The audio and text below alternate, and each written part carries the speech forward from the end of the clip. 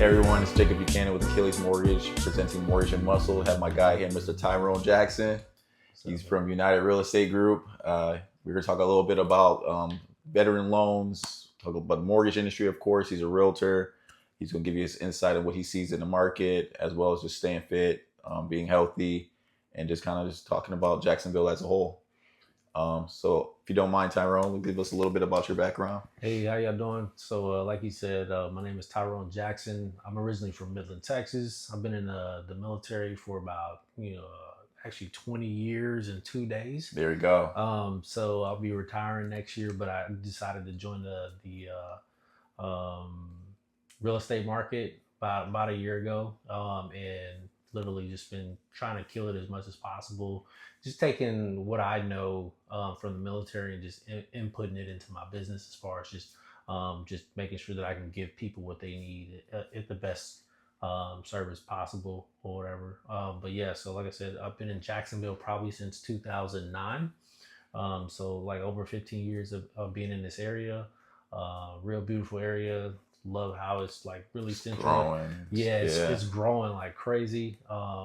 I love a lot of the markets, especially with how I primarily live out in Green Cove Springs or whatever, and that area is just literally just taking off. Yeah. They're replacing the Shands Bridge. Yeah, I heard that. What is that curve? Do you know about? So they've already started building it. Oh, they have actually. started building. So, I thought it was next year. Okay. So if you go down 210 going towards the back way towards Green Cove, instead of taking the exit or taking 295. Okay, yeah, when you go past that shipyard.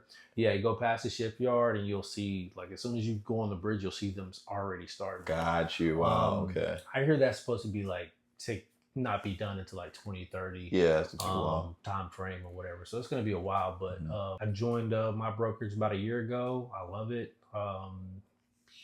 Great training plan. And yeah. That's pretty much it. Got you. So as you see, my man is a service member, and he's always trying to give you more service in another facet of life, and that's the real estate industry. So he's going to bring that general passion of helping people. So that's what we're about here.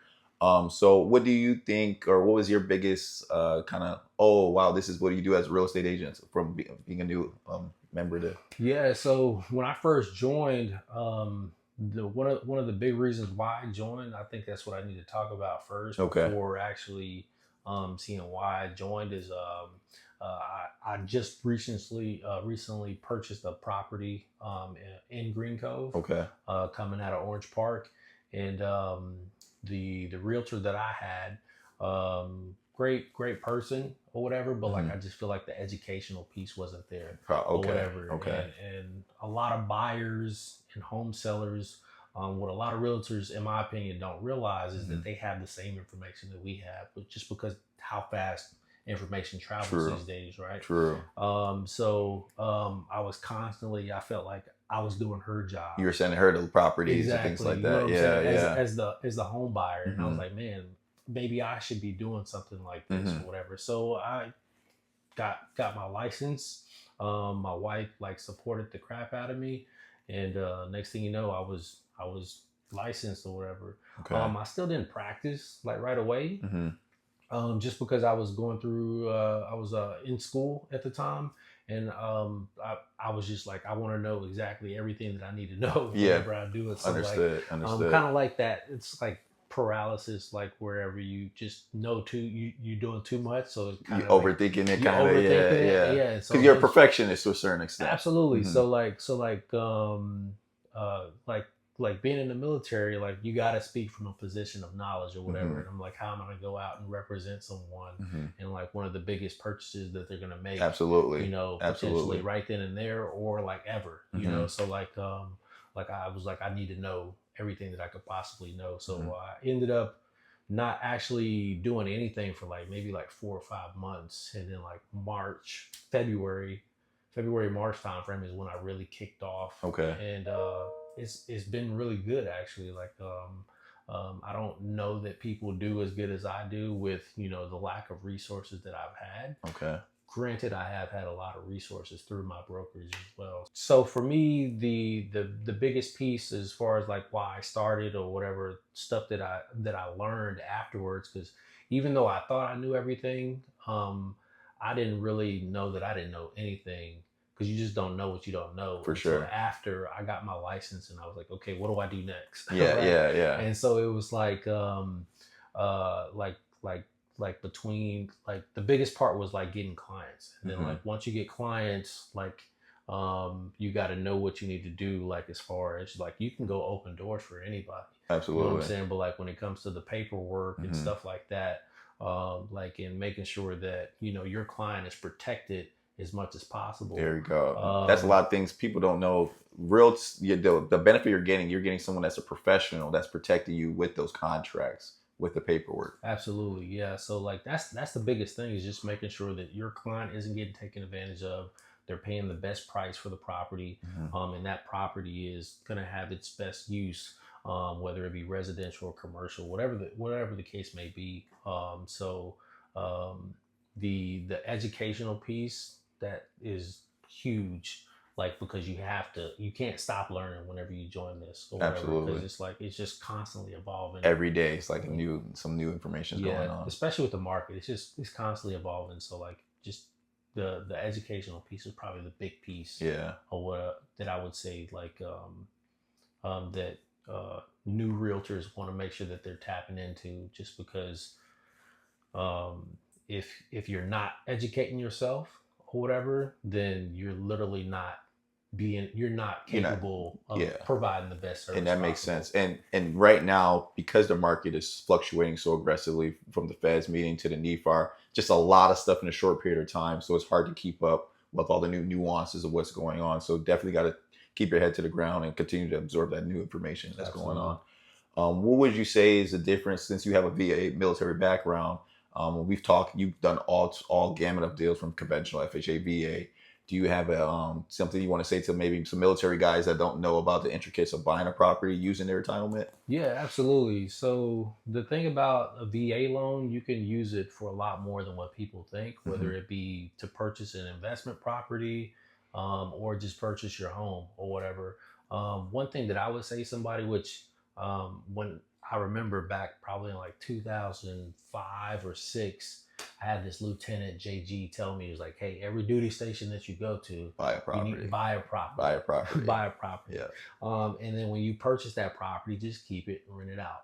Good thing about it is you live in a military town, and as long as you purchase in a area that's going to be convenient for a family or something like that, like you're going to rent that property. Rent it out. Yeah. And then after 20 years, like you might stay in that property maybe like 1 to 3 years. You know what I'm saying? And then after that, like 20 years down the road, you got all these properties with all this equity that is just basically just providing cash flow for you. So you just have this passive income that's literally just like just working for you, right? And if you're reinvesting that into something else, like you're going to be doing really good by the end of your career. No, for sure. Whether you stay 4 years or 20 years or 30 even. Yeah. You know, so like that's the biggest thing that I would say is to purchase real estate. Yeah. Since you have that entitlement, take advantage of it, because that's the one benefit that you are getting, and you should apply that. And you have a big pie, and you could cut slices out for every stop you take. Absolutely. Leave a slice, and buy that property and hold on to it, because it's just a saving account, at a high yield spread, because it's going to appreciate more than anything. With that being said, what market are you kind of focusing on, like for your clients, or are you kind of everywhere at this point? So right now, especially being a new agent, I would say that I'm kind of everywhere. I think the majority of my deals are going to be in Clay County. Okay. I have a listing over in. So I sold my first property over in Orange Park. I have one that's still in the Oakleaf area. Okay. That's a listing that I have for sale right now. We're trying to get the sellers taken care of with that one. Then I also have one in Green Cove. Okay. I'm working on another one in Green Cove. So if anything, I'm doing a lot of business in Green Cove. And then I just had one today fall into my lap in St. John's. There we go. But I also have buyers in St. John's as well. So, I would probably say the west side to St. John's is where I really get my bread and butter at. Okay, that makes sense. And you kind of want someone that knows exactly what that specific area is requiring, what homes are available, do you put your options, things like that. So what would you say is the difference of like helping listing homes right now compared to buying? I know a lot of homes have a little longer sitting time. What's the expectations you're giving right now? So it's going to depend on the area for sure, and it's going to depend on the price of the property, condition of the property. For listing properties, I let my sellers know, my sellers know basically, hey, here's a timeline, and depending on the quality of the property is going to determine where you're going to fall out at. For sure. So for the most part, I would say the market is still pretty healthy. Now, inventory is moving a lot slower, and those numbers are actually climbing. But at the same time, if you have a good property, a desired home, it's in a good area, and you can see a family moving into there. You can probably say anywhere from like 40 to 60 days on market, which is extremely healthy. Now, the higher the property, the slower it's probably going to move, and that's just because there aren't too many people going out with where interest rates are, and I'll leave that piece for you. Absolutely, there aren't too many people going out buying $600,000-$700,000 homes or whatever that number. It's kind of like a pyramid, is what I like to tell people. As you get to the top of that pyramid, you get less and less people to come in and purchase property for sure. That's absolutely correct. Now, so that's what I would say for the sellers. You if you're lucky, you're going to be in and out. But if not, expect to sit there, especially during times where the market is moving faster. Right now, school just started, so it's going to be a lot slower. You can probably see an uptick around that November time frame once we start going into the holidays and people can pull kids out of school or transfer kids from one school to the next without having to worry about them actually having to be out of school for however long or whatever. So I would expect to see something like that. For buyers, it's like a completely different aspect as far as what they were subject to before. Now, they've always been subject to it, and I'm gonna get to it, but they've always been subject to this topic that I'm talking about, but now it's a little bit more transparent, and there's more actually responsibility as far as commissions are concerned placed on the buyer. For sure. So for anybody that might not be aware, the National Association of Realtors was sued by basically the home sellers of all of America, right? And that lawsuit came about because home sellers felt like that they were being overpriced for commissions. Now, if you're familiar with the multiple listing system, or MLS for short, at a time, and this was literally August 9th, I want to say, is when or August 1st. Not too long ago. Not too long ago. They made a change to where that commission rates were no longer able to be advertised through the multiple listing system. In fact, you can't even advertise the commission rates. And the reason for that is because the perception was that sellers or agents or real estate agents would take their buyers to properties that had high interest or high commissions, right? That were advertising high commissions. So if you were advertising, if I had to choose between a property that they were advertising, hey, I'll pay you 1%, versus one that will sell you 3%. Guess what? I'm gonna take my seller, my buyer over here to this one and say they're gonna pay me 3%. So they don't want you to steer based upon the commission. Exactly. So steering, so you bring that up. Steering is basically taking someone away from one property for whatever the reason may be. So they were basically considered accused of price fixing and steering. Right. Which, I mean, I don't agree. I've been in the industry since 16. I don't agree with that, but everybody's going to have their own opinions to a certain extent. Your main goal is the benefit of your client at the end of the day, but that conversation should have always been made. And if you were good at real estate agent, you were going to have that conversation anyway. Yes, the seller is more prone to pay for your buyer's agent fees, but that was never a permanent mandatory thing. Yeah, it's always been negotiable. So now, in order to alleviate or to make it more transparent.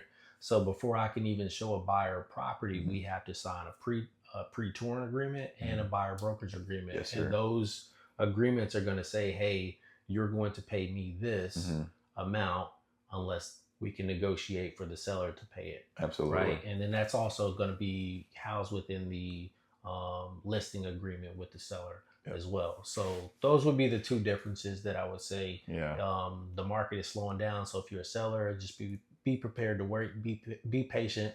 And then if you're a buyer, just be prepared to potentially have to pay your real estate agent's commission. Absolutely. And again, there is a huge benefit of using a realtor. You don't want to be cheap with it. It is a professional that has your best interest in mind. Absolutely. You don't know how to read these contracts more than anything. They do this on a daily basis. They are vetted and taught, and they do the research on what the contracts mean and things of that nature. At this point, we like to talk about my favorite topic is mortgage and muscles. If you want to flex on them real quick. There you go. There you go.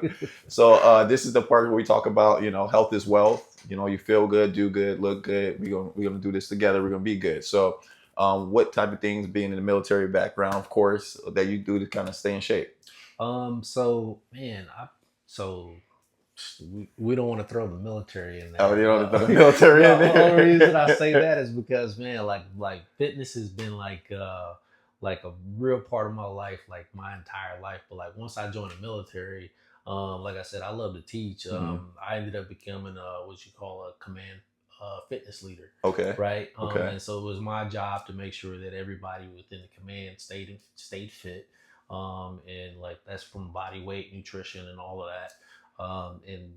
So essentially, you're a personal trainer within the military. Really? Okay, I didn't know that was a role. Wow. Okay. Yeah, it is. It really is. I've always stayed in the gym. Running has always been a passion of mine. Not too much these days or whatever. Right now, I stay more in shape with swimming with my daughter. Okay.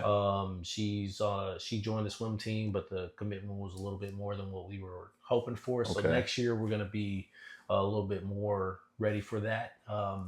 But yeah, like between being with my kids, like my son's baseball, my daughter's soccer, and you moving regardless. We're always moving. You're always moving. So like fitness is there. So like 9 times out of 10, when my family was like, "Hey, you work out. What should I do to do this?"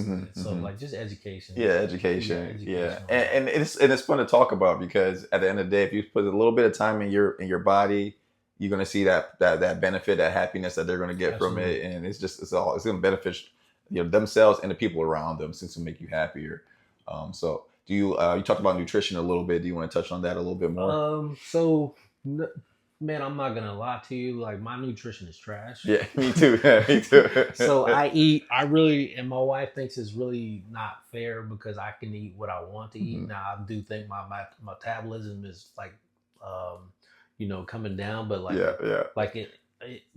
I do try to stay with low carb diets for the most part, or whatever. But I don't necessarily go out. Like I used to weigh my food or whatever, but like right now, like I'm in a bulking stage, so like I'm just kind of eating everything, rice and all that good stuff. So it's like I'm just eating what I want. So if my son, whips up a pizza in the microwave, or in the oven, hey son, let me get get the dad tax. Dad tax. Yeah, exactly. I want my cut. That's you got it. Hey, who's buying the groceries? Let me get that cut. Yeah, he gets mad, but you'll be all right. Yeah.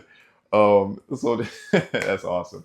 So going back to real estate a little bit, you've been in the market for a year now. There's so many technologies that's been introduced, from marketing to open houses, so on and so forth. If you want to touch on that a little bit. Yeah. So there's, like you said, there's a lot. I use a number of programs. I use customer relationship management software, also known as CRM. My main one that I utilize is Boomtown. That is also basically tied to my website, which is also linked to the MLS or whatever. So like basically like all the listings out there, if you decide to join my company through my link or whatever, you can see whatever properties you want. And that kind of gives me a little insight to what the buyer is looking at, because actually see what they're looking at, right? Which I try to be upfront with people about that. Some people get a little weirded out. But you're just here to help. So but yeah, at the same time, at the end of the day, it can show me what you're looking at or whatever, which will give me a better insight because nobody knows what you want exactly better than you. Right? Of course. So I utilize that. I also utilize the MLS. I think they have or Flex MLS. I believe they have a good CRM as well. It's not as good as Boomtown, just because Boomtown has like all these different campaigns and stuff like that. Little drip campaigns that allow you to like kind of, you know, reach out and touch someone without actually being able to touch them. A little passively. Exactly, or whatever. You don't want to just leave it up to the AI or computer or whatever you want to call it to, you know, always reach out to your people, because you want to keep it personal. For sure. But at the same time, it can definitely keep you front of mind or whatever without having to worry about. Absolutely. You know, because I mean, like as a realtor, and you can say the same thing as a mortgage broker. Like you gotta out of sight, out of mind. You know what I mean? Yeah. So like you gotta be able to like at least put your name out there. For sure. Even when you're handling something else, it's kind of like multitasking. Yeah. And then, you know, social media is always a big part of it. That's a big part of it. We had a discussion. We had lunch earlier, and we were talking about using CapCut and using you know, there's so many different programs out there for, you know, editing videos and doing, you know, marketing, and it's a lot. It's another job in of itself, but you have to do it. It is. Yeah, sure, for sure. That's what it's like working 3 jobs right now. Absolutely. Like social media by itself. So when people say this really helps, it really does. Give them that thumbs up. Subscribe. Yes, sir. Add it, like it. It only takes a few seconds. Just for sure. A little bit. Yeah. What would you say? This is the fun part here. A best and worst situation or deal that you've had taking place so far? Oh man. So I'll tell you about my worst deal. It was actually my first deal. Oh, okay. So it was gonna be my. You kept going though. You kept going. Yeah, it was gonna be my first. It was gonna be I got this home seller that also wanted to purchase a property. Take it. It's not the best listing or whatever. It's my first one, but I'm happy because I actually got somebody. To say yes, You know, your feet wet. Like she took the ring. You know? We go under contract. I get the property listed. I do my best. I use ChatGPT, which actually could have been a part of the last question. Yeah, that's a big one. So I use that. I get it under contract within 2 days of it being on the market. Okay. Right. Okay. And the good part about it is, and we talked about commissions beforehand. So this lady, and I'm not gonna say any names, but she wanted her price. I got her $5,000 up under that price. And so she was like, I'm happy with that. And then when we got to the point to all right, and even part of your job is to make sure that the seller knows exactly what they're going to be charged throughout the entire deal. I gave her this thing called an Alta statement, which is basically a balance sheet of of what the seller and the buyer are going to pay throughout the entire transaction. Absolutely. Right.